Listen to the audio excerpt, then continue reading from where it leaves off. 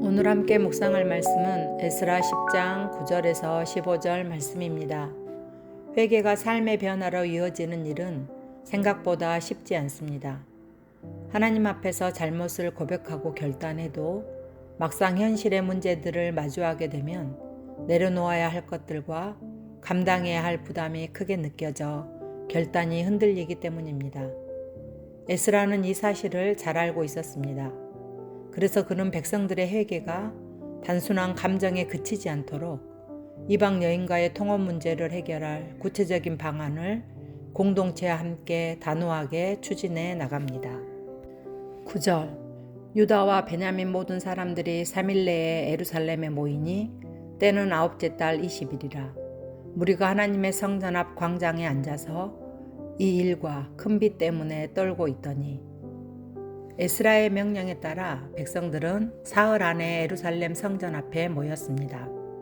큰 비가 내리는 한겨울이었지만 에스라는 이방인과의 통혼 문제를 더 이상 미룰 수 없는 긴급한 문제로 보고 신속히 소집 명령을 내린 것입니다.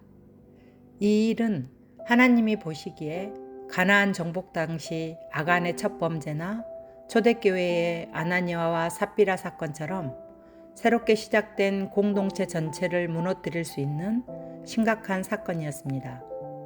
왜냐하면 아무리 성전이 잘 세워졌다 하더라도 백성들의 마음이 하나님을 향하지 않고 세상을 향해 있다면 그 성전은 아무 의미가 없기 때문에 하나님은 에스라를 통해 이 이방 여인과의 결혼 문제를 더 이상 미루지 않고 반드시 바로잡게 하신 것입니다. 이런 자신들의 죄의 심각성을 깨달은 백성들은 큰 비가 쏟아지는 상황을 마치 하나님의 진노처럼 느끼며 두려워합니다. 이처럼 회개는 자기 죄의 무게를 깨닫고 하나님 앞에서 두려움으로 자신의 죄를 직면하는 데서부터 시작됩니다. 에스라는 그들에게 하나님의 뜻을 분명히 선포합니다.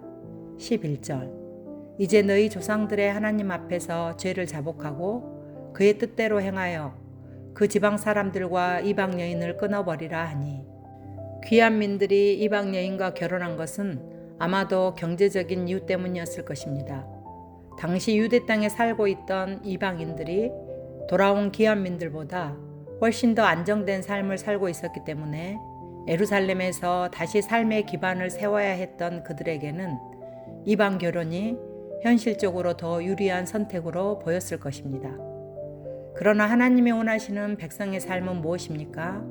세속적 가치관에 타협하는 삶이 아니라 거룩한 백성으로서 구별된 삶의 방식을 회복하고 말씀을 따라 살아가는 공동체를 이루어가는 것입니다. 즉, 세상 속에 살지만 세상에 속하지 않는 말씀의 통치를 받는 자들로 세워져 가는 것입니다. 그러므로 우리도 삶의 우선순위가 경제적인 안정인지 아니면 하나님의 말씀인지를 정직하게 돌아봐야 합니다.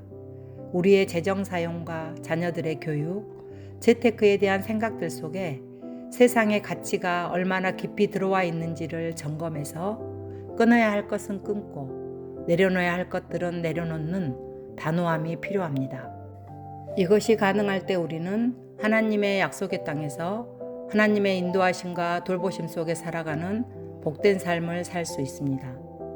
백성들은 에스라의 이방 아내들을 돌려보내라는 아픈 결정을 받아들이기로 결단합니다.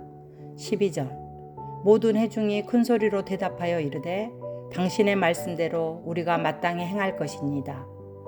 모든 회중은 이 일에 적극적으로 동참하겠다는 의사를 밝힙니다. 그러나 일처리 방식에는 시간을 두고 체계적으로 신중히 하자는 의견과 신속하게 처리하자는 의견이 나뉘었습니다. 공동체 안에는 언제나 의견의 차이가 존재합니다. 중요한 것은 이럴 때 서로의 말을 충분히 듣고 토론하며 결국 공동체를 살리는 방향으로 함께 결정해 가는 것이 중요합니다. 특히 이 일은 처자식을 내보내는 중대한 문제였기에 신중한 절차와 철저한 확인을 통해 누구도 억울하지 않도록 공의를 세워가는 것이 무엇보다 중요했습니다.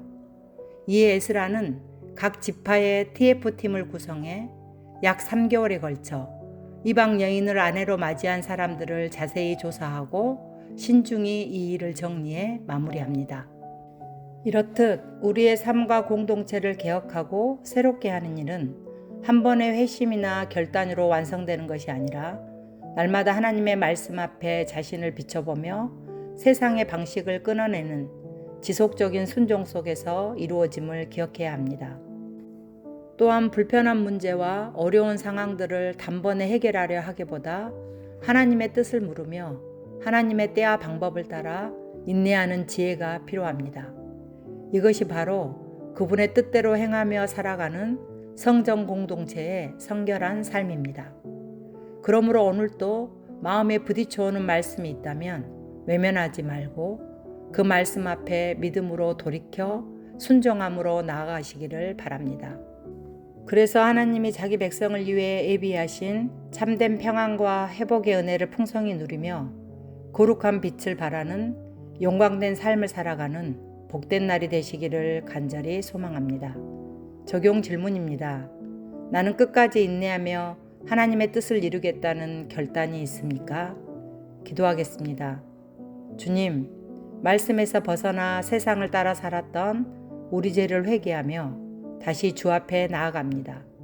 주의 뜻대로 행하며 사는 삶을 날마다 결단하게 하셔서 말씀으로 우리 자신을 비추고 돌이켜 우리의 신앙과 삶이 새롭게 재건되어 주님의 은혜와 돌보심 안에서 복된 삶을 살아가게 하옵소서. 예수님 이름으로 기도합니다. 아멘.